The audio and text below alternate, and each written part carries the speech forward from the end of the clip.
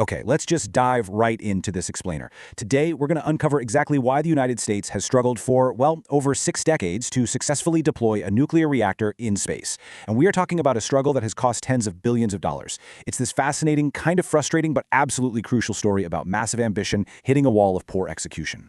So here's our agenda for today. 1. We'll look at the space nuclear paradox. 2. We've got 6 decades of failure to cover. 3. We'll explore something called the mission pull vacuum. 4. Fragmented agency leadership. And finally, number 5, passing the Manhattan test. All right, Section 1, the space nuclear paradox, ambition versus execution. Let's get into it. You know, it is a staggering mystery when you really stop to think about it. The very first and literally the last time the U.S. successfully operated a space reactor was way back in April of 1965. That reactor was called SNAP-10A, and it was tiny, roughly the size of a waste paper basket. It generated about 600 watts of electrical power using a uranium core, but it only operated for 43 days before a voltage regulator just gave out. And unbelievably, that little guy is still circling Earth today. It's like this lonely, radioactive artifact of American ambition from 60 years ago. And this brilliantly illustrates the gap we're dealing with.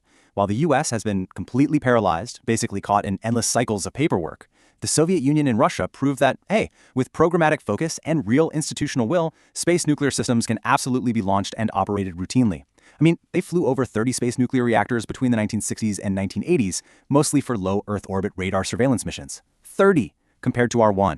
So the crucial point here, the big takeaway, is that we absolutely need continuous, robust nuclear fission if we ever want to establish a permanent human presence on the moon or Mars.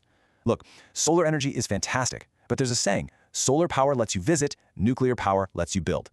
On the moon, you have to survive 2-week-long lunar nights and extreme cryogenic temperatures that can literally cause structural fatigue to your equipment. And on Mars, you've got planet-wide dust storms that can block the sun for months at a time.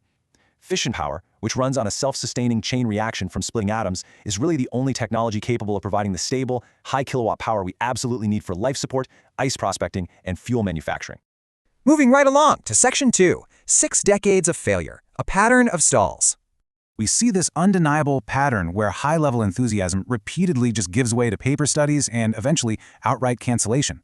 After our single success with SNAP-10A, we had the stalled JIMO and Prometheus missions in the early 2000s. Then, fast forward to 2018, the Krusty project successfully ground-tested a 1-kilowatt reactor using Stirling engine tech, which was awesome, but then it just succumbed to organizational drift. And that brings us right up to today, with Secretary of Transportation and Acting NASA Administrator Sean Duffy's recent mandate.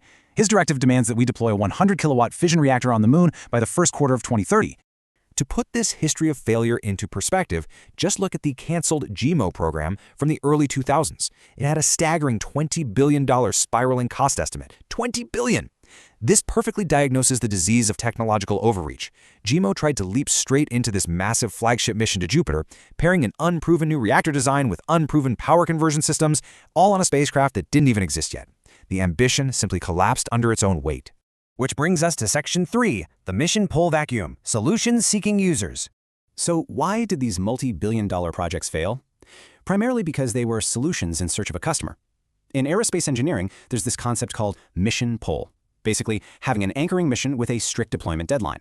If you don't have that, you have no urgency. Without urgency, there's no sustained funding. And without funding, well, the project dies on the drawing board. Indecision and bureaucratic drift completely fill that vacuum.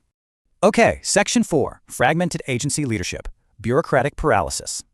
This is a classic case of way too many cooks in the kitchen. Just for a single space nuclear project, think about this. NASA handles spacecraft integration, the Department of Energy manages the nuclear fuel and safety, the Department of Defense oversees national security, the FAA handles commercial launch authorization, and the Nuclear Regulatory Commission provides safety oversight. It's a total maze. The result? Orphaned projects. They inevitably succumb to interagency disputes and ballooning red tape, simply because no single institution has the budget or the unilateral mandate to defend the whole program from start to finish. And finally, Section 5, passing the Manhattan test, curing the paralysis. So how do we actually fix this? How do we cure this paralysis to meet Secretary Duffy's incredibly ambitious 2030 lunar reactor mandate? A 100-kilowatt reactor is a massive leap from that 1-kilowatt ground prototype we talked about. To finally succeed, researchers say the White House must enforce what's called the Manhattan Project test. First, you have to completely centralize authority. Name one accountable leader, kind of like how Admiral Hyman Rickover ran the U.S. Navy's nuclear propulsion program, controlling literally everything from budgets to safety. Second, you got to lock in a multi-year funding ramp that survives political election cycles. And third, frame the whole mission as a strategic national imperative. Only that level of high-level White House coordination can slice right through all those agency stovepipes. But we really have to heed a vital warning here. We cannot simply outsource this incredibly complex infrastructure to commercial startups and just wash our hands of it.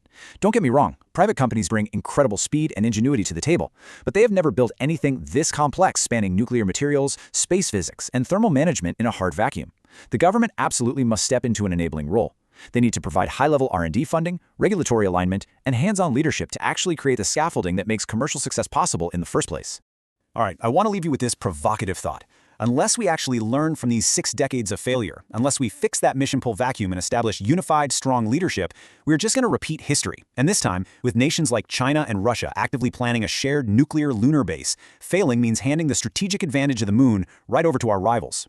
So the big question is, are we ready to actually launch into a new era, or are we just going to keep building paper reactors?